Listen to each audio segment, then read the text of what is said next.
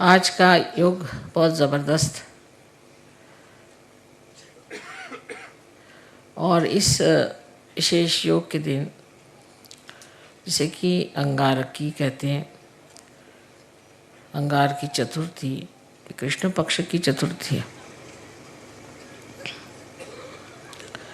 हर चतुर्थी को श्री गणेश का जन्मदिन मनाया जाता है, लेकिन जो मंगलवार को आती है, कभी कभी आती है साल में एक आध बार, कभी 2 बार, कभी 3 बार, जिस मंगलवार को अगर चतुर्थी आ जाए तो वो दिन बहुत बड़ा मनाया जाता है। और आज वही योग है कि हम लोग मंगलवार के रोज़ गणपतिपुणे में बैठे हुए हैं, जबकि यहाँ ये बड़ा भारी योग अंगारकी का माना जाता है और यहाँ पर हज़ारों लोग आते हैं श्री गणेश की पूजा करने के लिए। और इस कदर वहाँ पर गाड़ी जाम हो गई थी, 60 गाड़ियाँ सामने की, हम तो पूरा घूम के फिर आए, क्योंकि कितने भी जल्दी चलने से फ़ायदा नहीं हो। जो होना होता है इसी प्रकार होता है। और जब तक सहज में हम इस बात को नहीं समझ पाएंगे कि जो भी होता है उसको सबूरी से देखना चाहिए, उसमें सबूरी होनी चाहिए। कि अगर आप उसी वक्त जल्दबाजी करें या कुछ घबराहट आ जाए तो कार्य नहीं हो सकता। सबूरी करें, और सबूरी करने से बराबर सूझ जाता है कि क्या करना चाहिए, कैसे करना चाहिए। सो जल्दबाजी जो है ये असहज चीज़ है। सहज में आप में सबूरी होनी चाहिए, इसके बारे में साईनाथ ने बहुत कहा है कि सबूरी में रहो, साई मिलत सबूरी में। और सबूरी शब्द जो है कुछ अपभ्रंश है मेरे ख्याल से, लेकिन इसका अर्थ होता है कि कोई भी बात हो रही है तो उसमें तितिक्षा माने ठहर जाना, देखना। और इस तितिक्षा में जब आप आ जाते हैं तो ये परम चैतन्य कार्य कर देता है और आपको बिल्कुल सही बात पता चल जाती है, कैसे चलना चाहिए, क्या करना चाहिए, कौन से रास्ते का अवलंबन करना चाहिए। पर आप अगर जल्दबाजी में आ जाएंगे तो आप विचारों के चक्कर में फंस जाएंगे और इधर से उधर दौड़ते हुए आपको चीज़ नहीं मिलेगी। और आज और ऐसा भी एक बड़ा भारी योग है कि आज जीसस क्राइस्ट का भी जन्मदिन है। हमने बहुत बार बताया है कि जीसस क्राइस्ट जो है वो श्री गणेश का ही अवतरण है, और इसका आपके पास में प्रमाण भी है, सजग है। सो आज उनका जन्मदिन होना, आज इनका भी जन्मदिन होना, मंगलवार का दिन होना और इतना बड़ा समारंभ होना और सब दूर आतिशबाजी होना, ये बहुत बड़ी योग की बात है जो हम इस महागणपति के स्थान पे आकर के उस महाविष्णु की पूजा कर रहे हैं। अब समझने की बात यह है कि श्री गणेश की जो विशेषताएं हैं, उनकी कौन सी विशेषता है आज के दिन जो प्रकटित होती है। ऐसे इससे पहले मैंने बताया था कि विनय, या जिसको कहते हैं हम ह्यूमिलिटी, नम्रता, वो उनका विशेष गुण है। और दूसरा है उनका विजडम, इसके लिए मुझे शब्द नहीं मिल रहे थे मराठी में। इसको उन्होंने बताया कि विजडम का मतलब है सुबुद्धि। चलिए ठीक है, सुबुद्धि। बहरहाल ये सब चीज़ों का दान गणेश तत्व से होता है, लेकिन उनमें एक और विशेष है कि वो बहुत ठंडे दिमाग आदमी है, बहुत ठंडे दिमाग आदमी है। उनकी चाल बहुत ठंडी है। जैसे कि हाथी है, हाथी में आप देखते हैं कि बहुत धीमी चाल है, पर उसकी चाल ऐसी सुंदर होती है कि किसी भी स्त्री जो अच्छे से चलती है उसको कहते हैं गजगामिनी, माने वो हाथी के जैसे चलती है। धीरे धीरे पाँव उठाना, कहाँ पाँव रखना वो सोचना, कहीं कोई पैर के नीचे चींटी ना आ जाए, कोई जानवर नहीं आना, इसका ख्याल करते हुए वो चलते हैं। और सामने अपनी सूंड से फूंकते चलते हैं कि सामने कोई और ऐसी चीज़ हमारे सामने नहीं आ जाए कि जिससे हमारे हाथ से वो नष्ट हो जाए। दूसरे वो सिर्फ घास खाते हैं, और घास खा कर के भी इतने बलिष्ठ होते हैं कि जो बड़े बड़े काम होते हैं जिसमें कि बहुत वज़न उठाना पड़ता है, वहाँ पर सिर्फ हाथी का ही उपयोग होता है। तो इस हाथी की जो विशेषता है वो ये भी है कि ये बहुत धीमी तबीयत का आदमी है, किसी मामले में जल्दबाजी नहीं करता। और दूसरी इनकी जो और विशेषता है वो ये है कि ये इनकी जो स्मरण शक्ति है, मेमोरी है, बहुत स्ट्रांग है, बहुत स्ट्रांग स्मरण शक्ति। किसी अगर बच्चे को बचपन में भी देख लेगा तो कितना भी बड़ा हो जाएगा उसको पहचान लेगा।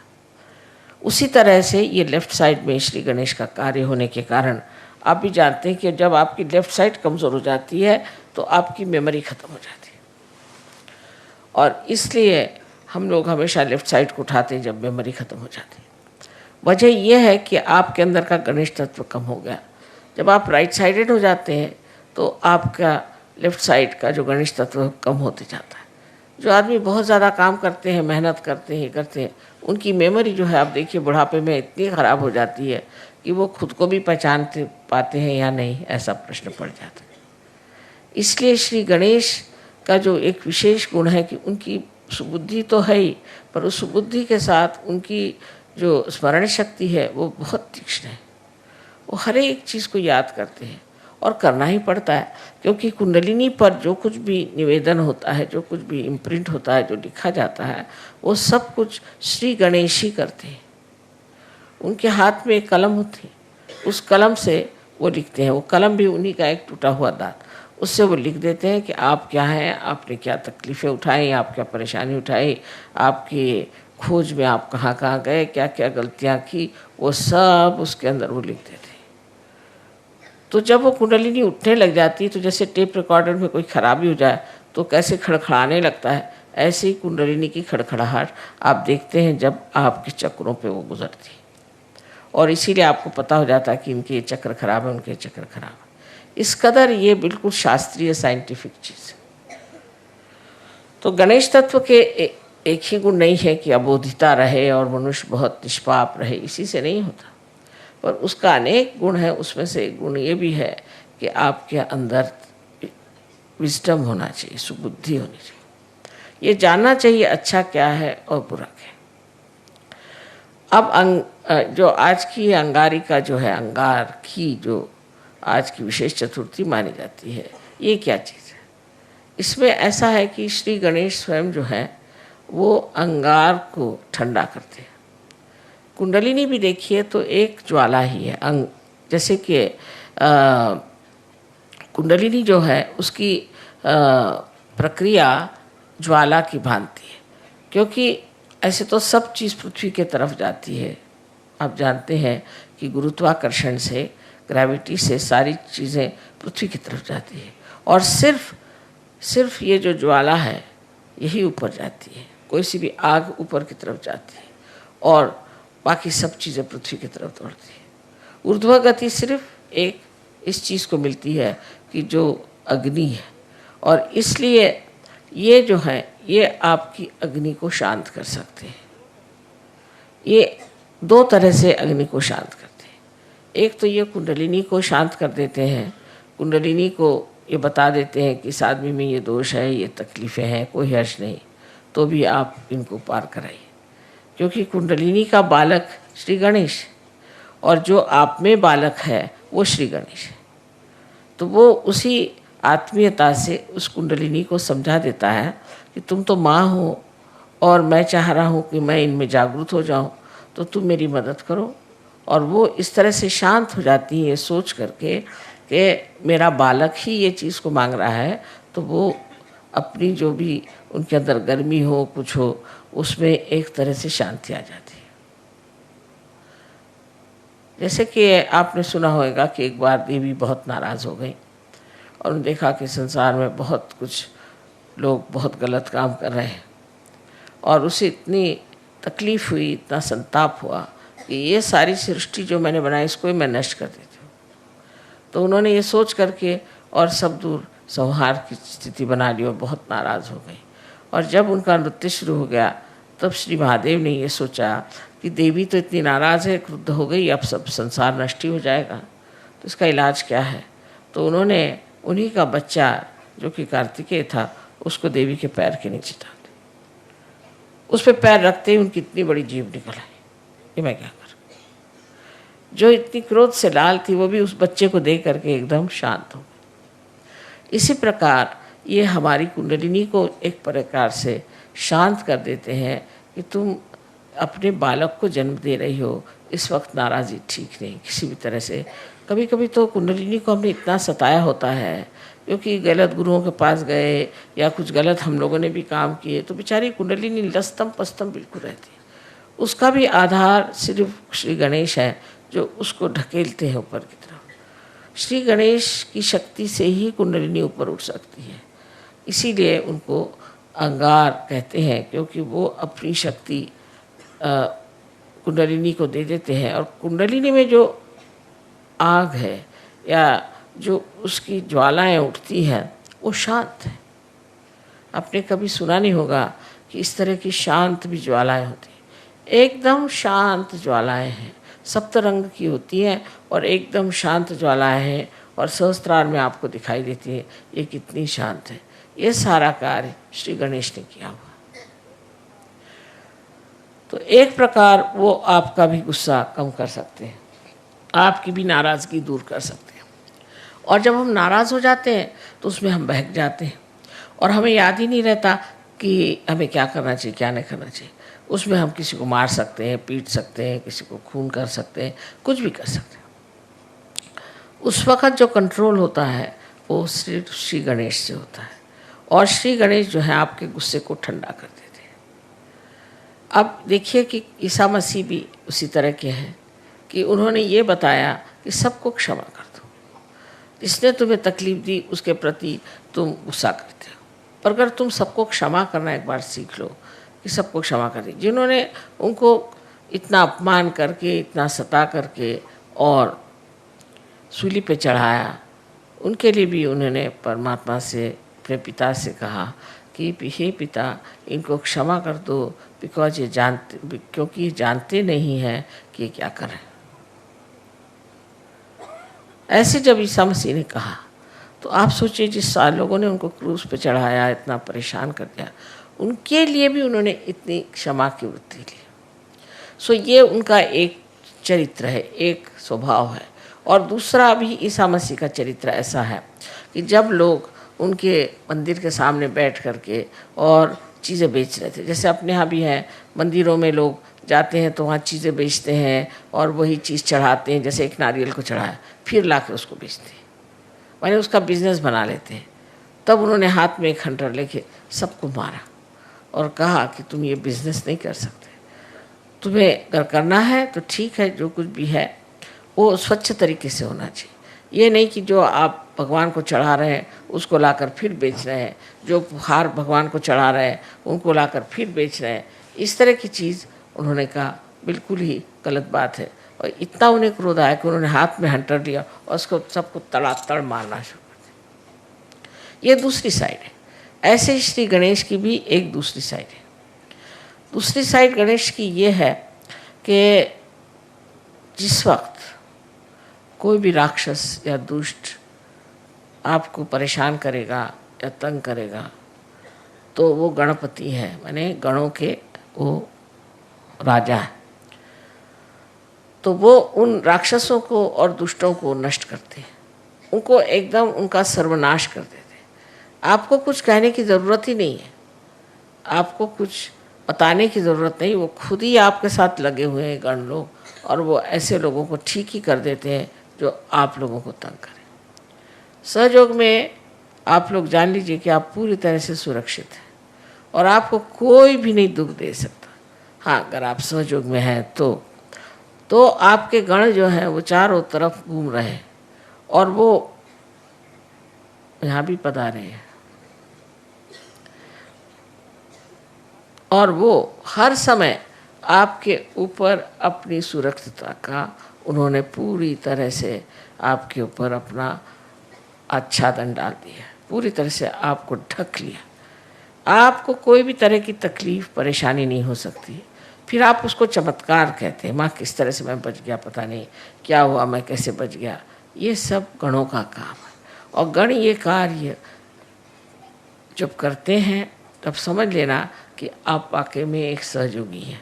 अगर वो ये कार्य आपके लिए नहीं करते हैं तब तो समझना है कि आप अभी तक पूरी तरह से सहयोगी नहीं हो। दूसरी बात गणों की ऐसी होती है कि हमेशा हमारे शरीर में भी वो कार्यान्वित रहते हैं।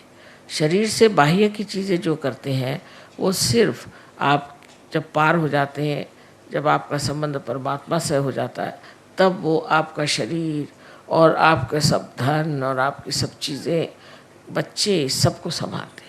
पर उससे पहले हमारे अंदर वो एंटीबॉडीज़ बन करके जीते हैं।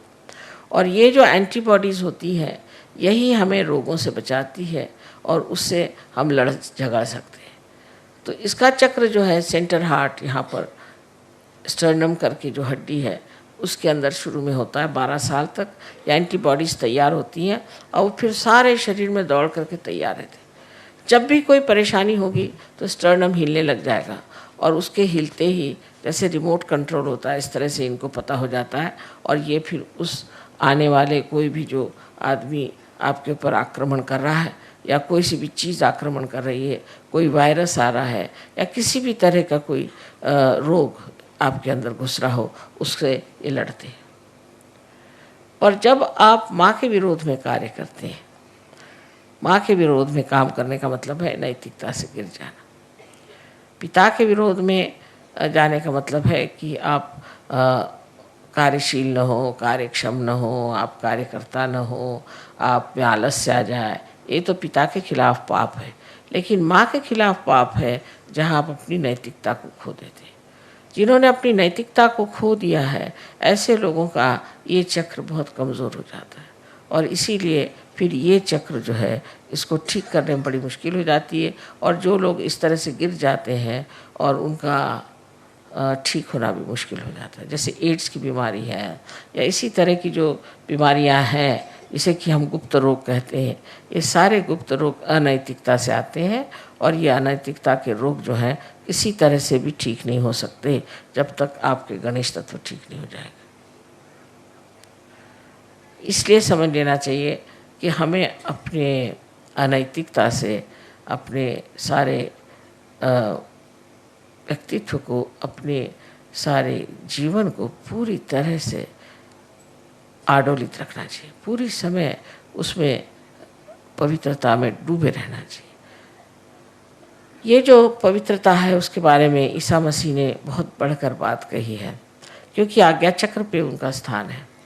इसलिए उन्होंने आज्ञा चक्र पे बहुत बड़ी बात कही और वो ये कहा कि तुम्हारे आँखों में भी कोई भी अपवित्रता नहीं होनी चाहिए।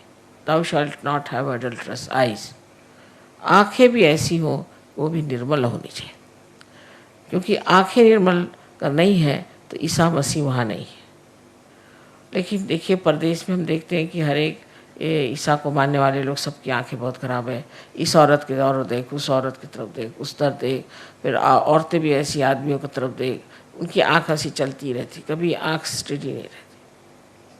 और फिर एक बार ये चल जाए तो ये नेगेटिविटी होती है, भूत है, आँखों से चलते हैं और एक पे जाएंगे फिर दूसरे पे जाएंगे।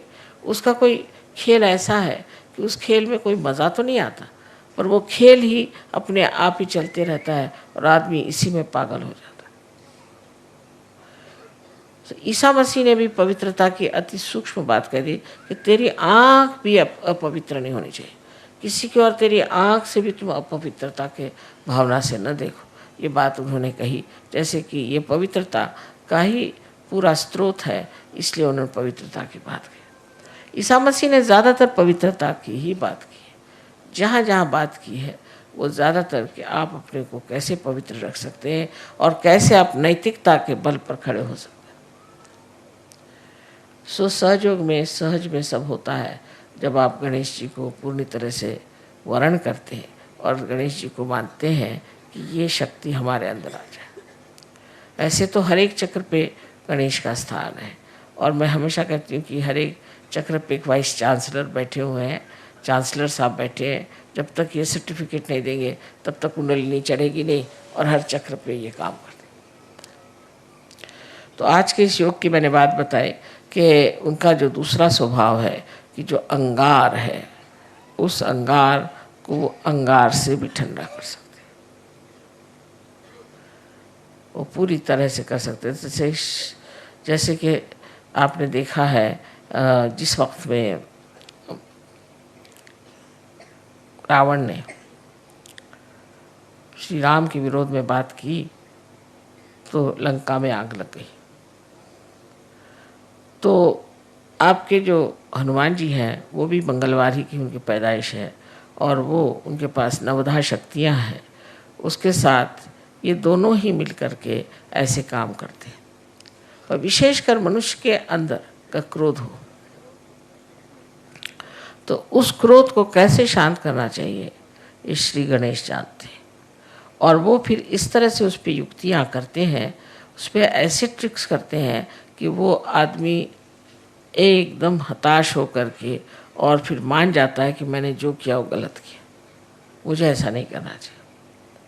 तो जो गर्म तबीयत के लोग होते हैं उनको भी ये ठीक कर सकते हैं, और इसीलिए इस दिन जब मंगलवार किसी पे अगर मंगली हो तो उसको कहते हैं कि तुम कोरल का जो पत्थर होता है जिसे मूंगा कहते हैं वो पहनिए, वो भी गर्म होता है।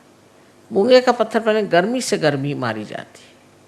वैसे भी आप देखिए कि जितने भी गर्म देश है वहाँ लोग मिर्चा बहुत ज़्यादा खाते हैं। कहीं भी जाइए आप, अगर आप इंडिया में जाइए तो है ही साउथ इंडिया का खाना इतना मिर्चे वाला होता है कि आप खा ही नहीं सकते। और अगर आप और जगह जाइए, चाइना में भी जो साउथ का चाइना है जैसे कैंटून वगैरह, वहाँ बिल्कुल बहुत मिर्ची खाना होता है। इसी प्रकार आप इटली में भी जो साउथ है या फ्रांस में साउथ है वहाँ लोग बहुत मिर्चा खाते हैं। क्यों खाते हैं? क्योंकि मिर्चे से मिर्च मिटती है, गर्मी से गर्मी चली जाती है, इसलिए वो मिर्चा खाते हैं जिससे खूब पसीना आए और उनको ठंडक बनी रहे। इसी प्रकार श्री गणेश भी अपनी गर्मी से आपकी गर्मी ठीक करते हैं। आपके अंदर अगर कोई अहंकार हो जाए तो इस तरह से वो आपको दिखा देते हैं अपना प्रताप कि उससे फिर आप खुद ही ठंडे हो जाते हैं। और ये जितनी भी बीमारियां हैं इसमें भी बहुत गर्मी निकलती है, बहुत जनरेट होती है, और इस गर्मी के कारण ही आदमी अस्वस्थ हो जाता है। इसलिए ठीक है कि हम इस गर्मी का ही इलाज करें और उसके लिए श्री गणेश की आराधना करें और उनके प्रति अपने को विशेष रूप से समर्पित करें।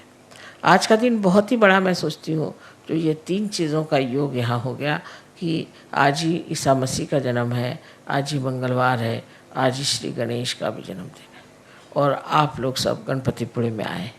ये सब कुछ इस कदर बन गया आज कि मुझे इससे बड़ा सहज में ही जो एक चमत्कार होता है ऐसे लग रहा है कि बड़ा भारी चमत्कार है कि इस वक्त सब लोग आए। पर उसमें तकलीफ भी हो गई कि सब यहाँ पर इतने लोग भीड़ कर गए थे कि हम तो जाम में फंस गए और देर हो गई। पर देर या कोई सी भी चीज़ होती उसमें सबूरी की बात है। हम तो हमेशा सोचते हैं कि जो समय हमारे लिए नियत है वही समय पूजा होगी, उससे पहले हो ही नहीं सकती। तो इसलिए जो चीज़ नियति का है उसको क्यों बदला जाए, उसके तरफ लड़ाई झगड़ा करने से फ़ायदा क्या। जो है सो है, जिस वक़्त में जो होगा तब हो जाएगा, तब पूजा हो जाएगी। उसमें अब इस वक़्त पूजा नहीं हो रही, ये टाइम था, हम कोई घड़ी के गुलाम तो है नहीं। लेकिन इसके फ़ायदे कितने होते हैं ये आप आगे जाकर देखेंगे कि अगर आप टाइम का गुलामी नहीं करें तो बहुत कुछ सहयोग फैल सकता है। पर जो आदमी टाइम की गुलामी करता है वो कभी सहयोग नहीं फैला सकता, क्योंकि उसको हमेशा रहता है ये टाइम में ये कर रहा है, ये टाइम में कर रहा है, और सहयोग के लिए उसको टाइम ही नहीं मिलता। पर जो कहेगा कि मुझे सहयोगी करना है तो पूरा टाइम उसके लिए पड़ा हुआ है और पूरी चीज़ बढ़िया तरीके से हो जाती है। पर इस पर सिर्फ बात यह है कि एक तो अनुभव होना चाहिए, और अनुभव होने के बाद उस पर विश्वास होना चाहिए। ऐसी ऐसी चीज़ें घटित हो जाती हैं। बहुत लोग सुबह से शाम तक मुझे अपने चमत्कार बता रहे थे कि माँ मैं तो परेशान था कि जा रहा हूँ, कब मुलाकात होगी, वो आएंगे। देखता क्योंकि सामने ही चले आ रहे। किसी भी चीज़ की आपके मन में इच्छा हो जाए वो चीज़ पूरी हो सकती है, पर विश्वास की बात है।